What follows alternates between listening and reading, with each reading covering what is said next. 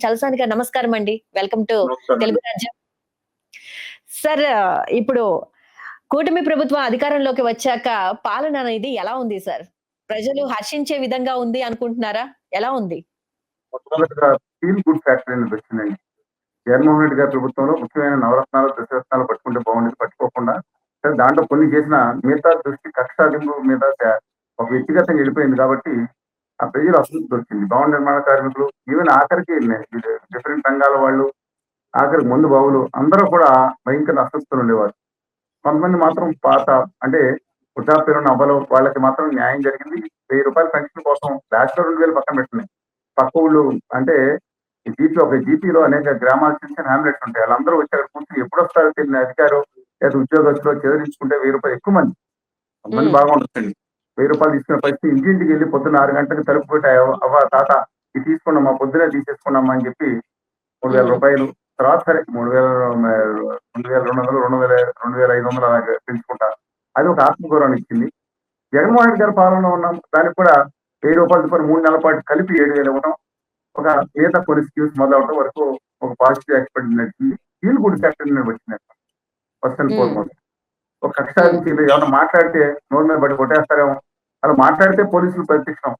ఒక ఒక పోలీస్ రాజ్యంలా తయారైన పరిస్థితి, అహంకార రాజ్యంలా తయారైన పరిస్థితి నుంచి పోయి ఒక పాజిటివ్ ఆస్పెక్ట్ మొదలైన పాలనలో ఈ హామీల అమల్లో 2, 3 హామీలు మాత్రం అమలు చేసి మిగతాయి అమలు చేయకపోవడం మీద కొంత అసంతృప్తి ఉంది. హ్మ్. రోడ్ లైట్స్‌లో కొంత ఫేస్ లిఫ్టింగ్ మొత్తం అంతా మారిపోయిందని నేను హ్మ్. చెప్పలేనండి. ఇబ్బంది బాధపడతాం. రాష్ట్రం హ్మ్. తిరుగుతాం. కానీ ఫేస్ లిఫ్టింగ్ గాని లేకపోతే కొన్ని చోట్ల ప్యాచ్ వర్క్‌లు గాని చేయడం ఒక పాజిటివ్ అయింది. అలాగే మరి మొన్న అదేంటి జరిగిన సార్ వైసీపీ ప్రభుత్వం మరి రెడ్ బుక్ రాజ్యాంగం నడుస్తోందని ఆరోపిస్తోంది. ఏమండి వీళ్ళేమో రాజారెడ్డి రాజ్యాంగం, వాళ్ళేమో రెడ్ బుక్ రాజ్యాంగం ఏదో ఒకటి మొత్తానికి రెడ్ బుక్ హ్మ్. రెడ్ బుక్కా, రాజారెడ్డి రాజ్యాంగమా హ్మ్. ఏదనేది కక్ష సాధింపు వైఖరితో మాత్రం ఖచ్చితంగా కొంత ప్రయత్నం జరుగుతుంది. దాని మీద దృష్టి తగ్గించుకోవాలి. నేను హ్మ్. ఇంతకుముందు ద్రోహం చేసిన వాళ్ళని, దుర్మార్గం చేసిన వాళ్ళని ఏ రోజు కూడా సమర్థించను. భౌతిక దాడులు అత్యంత నీచమైనవి. చెత్త ఫెలోస్ హ్మ్. చేస్తారయి. అందువల్ల హ్మ్. అలాంటి వాటిని వ్యతిరేకిద్దాం. కక్ష సాధింపు చర్యలను వ్యతిరేకిద్దాం. My humble request honourable chief minister of Andhra Pradesh and his colleagues ఇవాళ కాన్సంట్రేషన్ చేయాల్సిన విషయం ఏంటంటే, ఇవాళ విభజన హామీలు, రాయితీలు అలాగే యువతకు హ్మ్. ఉపాధి కోసం నిజమైన ఉపాధి. హ్మ్. అంటే మీరేదో హ్మ్. గుజరాతీ, మార్వాడి వ్యాపారం తీసుకొచ్చి పెట్టేసి ఆంధ్రప్రదేశ్ హక్కులని వాళ్ళకి రాసిచ్చినట్టు రాసిచ్చి, వాళ్ళకి మెయిన్స్ కోసం ఆళ్ళకి పన్ను రాయితీలు ప్రజల్లో పోయి పళ్ళోడు కొట్టు పనుల్లో పన్నులు తీసుకెళ్ళి ఆళ్ళకి రాయితీలు ఇస్తానంటోంది కాదు. ఇక్కడ యువతను కనీసం 10,00,000 మందిని ఇండస్ట్రియలిస్ట్‌గా తయారు చేయండి. ఇవాళ గుజరాతీ హ్మ్. పెద్దలు గద్దలా తన్నుకుపోయారని ఆరోపణలు వస్తున్నాయి కదా! హ్మ్. గుజరాత్‌కి 100% అయితే అది వెనక్కి తెప్పించండి. అది దమ్ము, అది నిజాయితీ, అది నిబద్ధత, అది శాశ్వత పరిష్కారం. ఒక 10 హ్మ్. ఏళ్ళు, 15 ఏళ్ళు అది వచ్చుంటే గనుక శాశ్వతంగా ఎక్కడికో వెళ్ళిపోతారు మా దేశం యువత. సినిమా పిచ్చితో కొట్టుకు చావంటారా, మత పిచ్చితో కొట్టుకు చావంటారా, కుల పిచ్చి గజ్జితో కొట్టుకు చావండనే ప్రయత్నాలు ఉండవండి. హ్మ్. ఉన్న లెక్క చేయరు. ఇవాళ ఖాళీగా పెట్టి ప్రజల్ని మనకు లేవు ఉద్యోగం, ఉపాధి కోసం మేము కొట్లాడలేము ఢిల్లీలో రావాలి హక్కుగా. అందరూ సినిమాలు హ్మ్. చూసుకొని చొక్కాలు చింపుకొని చెప్తే ఎట్టాగండి? ఎట్టాగా? హ్మ్. హ్మ్. దుర్మార్గమైన కక్షాదింపు జరిగిన జగన్మోహన్ రెడ్డి గారి ప్రభుత్వ వైఖరి ఆయన ఆయన ప్రత్యేక విభజన హామీల మీద మాటిచ్చి మోసం చేశారు కాబట్టి చెవులు మూసి ఓ పక్కన మూల కూర్చోబెట్టారు. 11 సీట్లు ఇచ్చి. హ్మ్. వాళ్ళు రాష్ట్ర యువత కోసం మాట్లాడుకున్నారు. నేను సనాతన వాళ్ళని ఒకళ్ళేమో ఆహ్, హ్మ్, నాకు బ్రహ్మాండంగా 2097 విజన్ నేను తప్పు పట్టట్లేదు. కానీ ప్రాక్టికల్‌గా వాళ్ళ యువత గురించి పట్టించుకోకుండా దావోసీలో సున్నా, సున్నా హ్మ్. ఇక్కడ చేస్తున్నారు. కొంత ప్రయత్నం చేయట్లేదు. డెఫినిట్‌గా లోకేష్ గారు అండ్ టీజీ భరత్ గారు they are trying the level best. కానీ రాయితీలు రాకుండా రైతులు గద్దల సంగతి గుజరాతీ పారిశ్రామిక పారిశ్రామిక కూర్చొని ఏం చేస్తాం? తెలుగు జాతి హ్మ్. ఆత్మగౌరవం తాకట్టు పెడతామా? అందువల్ల మై హంబుల్ రిక్వెస్ట్ ఏంటంటే, యాజ్ పర్ కొన్ని హామీలు పెట్టిన వరకు ఫర్ ఫీల్ గుడ్ ఫ్యాక్టర్ అన్ని వర్గాలను ఫీల్ గుడ్ అంటే 70, 80% ప్రజల్లో ఈ ఈ తెలుగుదేశం, జనసేన ప్లస్ ఉత్తర భారతీయ జనతా పార్టీ అహంకార కూటమి వచ్చేది. భారతీయ జనతా పార్టీ అహంకారం వెళ్ళట్లేదు. ఆ హ్మ్. కూటమి వాళ్ళ చెప్పు చేతల్లో నడుస్తుంది కాబట్టి. వచ్చిన తర్వాత ఫీల్ గుడ్ ఫ్యాక్టర్ వచ్చిందండి. స్టిల్ ఇట్ దాంట్లో మైనర్‌గా అనేక ఇబ్బందులున్నా ఆ ఫీల్ గుడ్ ఫ్యాక్టర్ అయితే కొనసాగుతుందని చెప్తున్నాను. హ్మ్. అంటే ఇప్పుడు మొన్న విషయానికి వస్తే జగన్ వారు చక్కగా వెన్నుపోటు దినాన్ని సెలబ్రేట్ చేసుకోవటం, అంటే నిరసన కార్యక్రమాన్ని చేపట్టడం జరిగింది. వేలాదిగా జనాలు దానికి సపోర్ట్ చేశారని మాట్లాడారు కదా సార్. మరి ప్రజలు చూస్తే మేము చాలా సంతోషంగా ఉన్నాము. హ్యాపీగా ఉన్నాము. మాకు అందాల్సిన పథకాలు కూడా అందుతున్నాయని చెప్తున్నారు ఒక పక్కన. సో, వైసీపీ ప్రభుత్వం ఏమో వెన్నుపోటు దినంగా నిరసనలు చేపట్టింది. దీన్ని ఏ విధంగా చూడాలంటారు? పథకాలు ఏమన్నా అందుతున్నాయండి. డెఫినెట్‌గా హ్మ్. పెన్షన్ పెరిగిద్ది. ఇవాళ అమ్మ ఒడి బదులుగా అమ్మకు వందనం ఏమైనా వస్తుందా అడిషనల్‌గా? హ్మ్. నలుగురు పిల్లలుంటే నలుగురు పిల్లలకన్నారు కదా! ఏమైనా వస్తుందా హ్మ్. అండి? అలాగే ఫ్రీ బస్ మొదలైందా? అంటే ప్రజలు సంతృప్తిగా ఓన్లీ లేరంటారా? గ్యాస్ సంతృప్తి పథకానికి మన కొలమానాలు పూర్తిగా లేకపోయినా సరే, నేను చెప్పేది ఖచ్చితంగా ప్రజల్లో కొంతవరకు హామీలు అమలు జరిగాయన్న మిగతాయి అమలు జరగాలండి. మందుబాబులకి హ్మ్. 99% రూపీస్ లెక్కరన్నారు. కొన్ని చోట్ల అమలు జరుగుతుంది. సరే అయన్నీ పక్కన పెట్టండి. మన ప్రాధాన్యత అంశాలు కాదు. ఇవాళ పోలవరం విషయంలో బొంద పెట్టే కేంద్రం కేవలం డేటా స్టోరేజ్ ప్రొవైడ్ చేస్తే ఇది చేతకానికి చావలేని సిగ్గులేని చచ్చిపోయిన సమాజం అని చెప్పి రాజకీయవేత్తల సమాజాన్ని అనాలా మనం? హ్మ్. ప్రజల హక్కులు లేకపోతే ఇండస్ట్రీలు రాకపోతే గాడిదలు కాస్తున్నారని అడిగి నేను అడగలేదండి.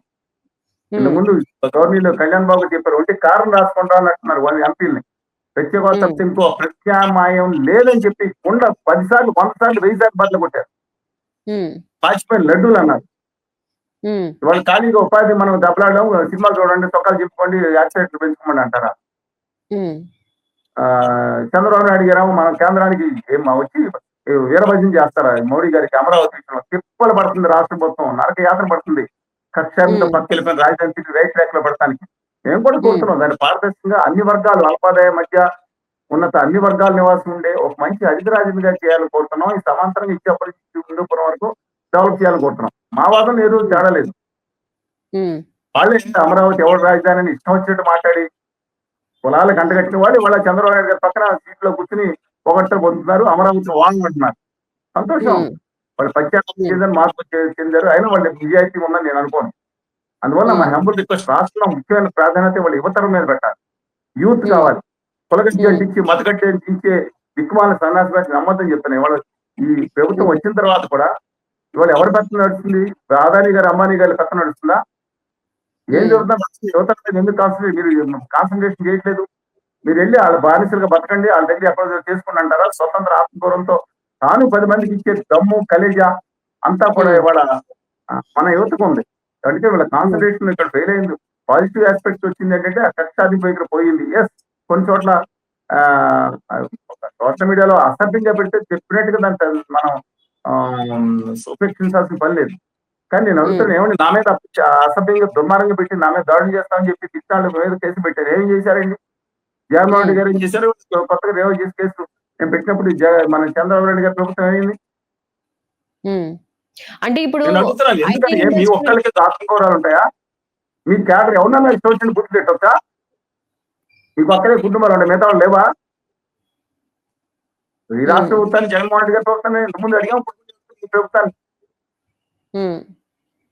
మేము 2019 తర్వాత ఉధృతంగా ఉద్యమం చేసాం అంతకు ముందు కంటే కూడా 90% మీడియా చూపించలేదు మేమేం చేయం స్వతంత్రంగా ఉంటాం మేము పాపమా మేము ఆవిడ చెప్పులు పెట్టుకోవాలి చర్చలు కొట్టలేదు బూతులు తిట్టలేదు వాళ్ళ కులాలని మన నాయకులను తిట్టేసి బూతులు తిట్టి మళ్ళీ రేపు పొద్దున స్టాండ్ మార్చింది వాహు నువ్వే ఇందుడు పొగిడి మళ్ళీ అసలు పదవులను సన్మానాలు చేయించుకోలేదు అవసరం లేదు హ్మ్. రాష్ట్రం దృష్టి పెట్టుకున్నాం అందుకని మరి నా అంబుల్ రిక్వెస్ట్ నేను ఇంతకుముందు చెప్పినట్టు అధికారంలో ఉన్న వాళ్ళే అంటాం ఇంతకుముందు జగన్మోహన్ రెడ్డి గారు దుర్మార్గంగా సైడ్ ట్రాక్ వెళ్ళిపోయారు హ్మ్.